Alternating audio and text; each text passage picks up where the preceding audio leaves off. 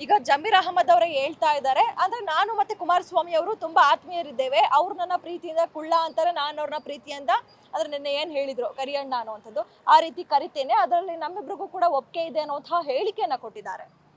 ನೋಡಿ, ಕುಮಾರಸ್ವಾಮಿ ಅವರು ಜಮೀರ್ ಅವರು ಸ್ನೇಹಿತರ ಅನ್ನೋದು ಅದು ವೈಯಕ್ತಿಕ ವಿಚಾರ. ಕುಮಾರಸ್ವಾಮಿ ಅವರು ಒಕ್ಕಲಿಗರ ಮುಖಂಡ, ಅವರು ಒಬ್ಬ ರಾಜಕೀಯ ನಾಯಕರಿದ್ದಾರೆ, ಅವರು ನಮ್ಮ ಸಮುದಾಯಕ್ಕೆ ಸೇರಿದ್ದಾರೆ. ಕುಮಾರಸ್ವಾಮಿ ಅವ್ರನ್ನಾಗಲಿ ಅಥವಾ ಬೇರೆ BJP ಪಕ್ಷದವ್ರನ್ನಾಗಲಿ ಅಥವಾ ಬೇರೆ ಕಾಂಗ್ರೆಸ್ ಪಕ್ಷದ ಒಕ್ಕಲಿಗರ ನಾಯಕರೇ ಆಗಲಿ ಯಾರೂ ನಮ್ಮ ಸಮುದಾಯದವ್ರನ್ನ ಖಂಡಿಸಬಾರ್ದು. ಕುಮಾರಸ್ವಾಮಿ ಅವರು ಪರ್ಸನಲ್ ಆಗಿದ್ದರೆ ಅದು ವೈಯಕ್ತಿಕ, ಅವ್ರ ಮನೇಲಿ ರೂಮಲ್ಲಿ ಇದ್ದಾಗ ಕರಿಯಣ್ಣ ಅಂತ ಕುಳ್ಳಣ್ಣನ ಕರ್ಕೊಳ್ಳಿ, ನಮ್ಮದೇನು ಅಭ್ಯಂತರ ಇಲ್ಲ. ಆದರೆ ಸಾರ್ವಜನಿಕರಲ್ಲಿ ಒಬ್ಬ ಕೇಂದ್ರದ ಮಂತ್ರಿ ಒಕ್ಕಲಿಗ ಸಮುದಾಯಕ್ಕೆ, ನಮ್ಮ ಒಕ್ಕಲಿಗ ಸಮುದಾಯಕ್ಕೆ, ಪ್ರಬಲವಾದ ಒಕ್ಕಲಿಗ ಸಮುದಾಯಕ್ಕೆ ಸನ್ಮಾನ್ಯ ಮೋದಿ ಅವರು ಅವಕಾಶ ಕೊಟ್ಟಿದ್ದಾರೆ. ಅವ್ರನ್ನ ಒಂದು ಕುಗ್ಗಿಸ್ಲಿಕ್ಕೋಸ್ಕರ ಈ ಜಮೀರ್ ಅಹಮದ್ ಖಾನ್ ಅಂತವರು ಇವರು ಯೋಗ್ಯರಲ್ಲ. ಸಂವಿಧಾನ ಎತ್ತಿಡಿತೀವಿ ಅಂತಾರೆ, ಸಂವಿಧಾನದ ಒಂದು ಏನು ಜಾಥಾ ಮಾಡ್ತಾರೆ, ಸಂವಿಧಾನ ಆಶಯಗಳನ್ನ ಪ್ರಿಂಟ್ ಮಾಡಿ ಎಲ್ಲ ಹಂಚ್ತಾರೆ.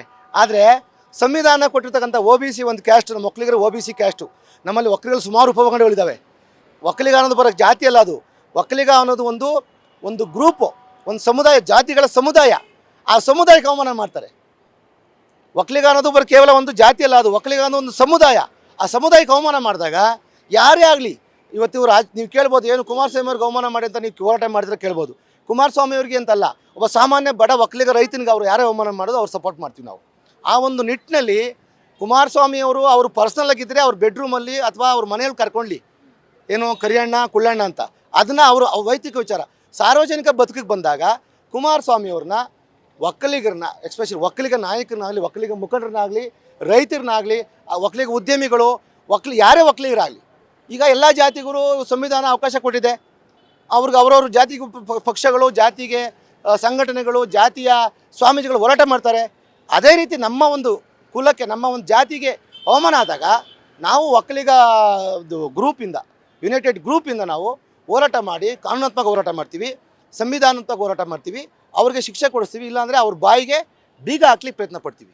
Sir, okay. ಈಗ ಅವರು ಬೈದಿರೋದು ಅಂದ್ರೆ ಅಂದಿರೋದು ಕುಮಾರಸ್ವಾಮಿ ಅವ್ರ ಬಗ್ಗೆ, ಇದು ಎಲ್ಲಿಂದ ಬಂತು, ಜಾತಿನಿಂದನೇ ಅನ್ನುವಂಥದ್ದು ಅಂತ, ಒಕ್ಕಲಿಗ ಅನ್ನೋದು ಎಲ್ಲಿಂದ ಬಂತು? ನಮ್ಮಲ್ಲಿ ಏನಾಯ್ತು ಗೊತ್ತಾ, ಮೇಲ್ಜಾತಿ ಕೀಳ್ ಜಾತಿ ಅಥವಾ ಒಳ್ಳೆ ಜಾತಿ ಕೆಟ್ಟ ಜಾತಿ, ಕಪ್ಪು ಜನಾಂಗ ಬಿಳಿ ಜನಾಂಗ ಅಥವಾ ಈ ರೀತಿ ಒಂದು ರೇಸಿಸಮ್ ನಡೀತಿದೆ, ಡಿಸ್ಕ್ರಿಮಿನೇಷನ್ ನಡೀತಿದೆ.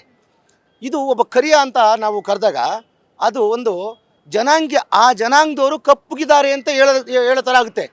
ವಿಶ್ವಮಟ್ಟದಲ್ಲಿ ಒಕ್ಕಲಿಗರಿದ್ದೀವಿ ನಾವು, ವಿಶ್ವಮಟ್ಟದಲ್ಲಿ ಕೆಲಸಗಳು ಮಾಡ್ತಿದ್ದೀವಿ, ಇಂಜಿನಿಯರ್, ಡಾಕ್ಟರ್ ಆಗಿದ್ದೀವಿ, ಲಾಯರ್ಸ್ ಆಗಿದ್ದೀವಿ, ಇಂಜಿನಿಯರ್ಸ್ ಆಗಿದ್ದೀವಿ, ಲಾಯರ್ಸ್ ಆಗಿದ್ದೀವಿ, ಆಮೇಲೆ IPS IAS ಸಿವಿಲ್ ಸರ್ವಿಸ್ ಎಲ್ಲ ಮಾಡ್ತಿದ್ದೀವಿ. ಆ ಜನಾಂಗನ ಕಪ್ಪು ಜನಾಂಗ ಅಂತ ನಿಲ್ಲಿಸಿದ್ದಾರಲ್ಲ, ಇದು ಜನಾಂಗೀಯ ನಿಂದನೆ ಆಗುತ್ತೆ. ಗ್ಯಾರಂಟಿ ನ್ಯೂಸ್, ಸುದ್ದಿ ಖಚಿತ, ನ್ಯಾಯ ನಿಶ್ಚಿತ.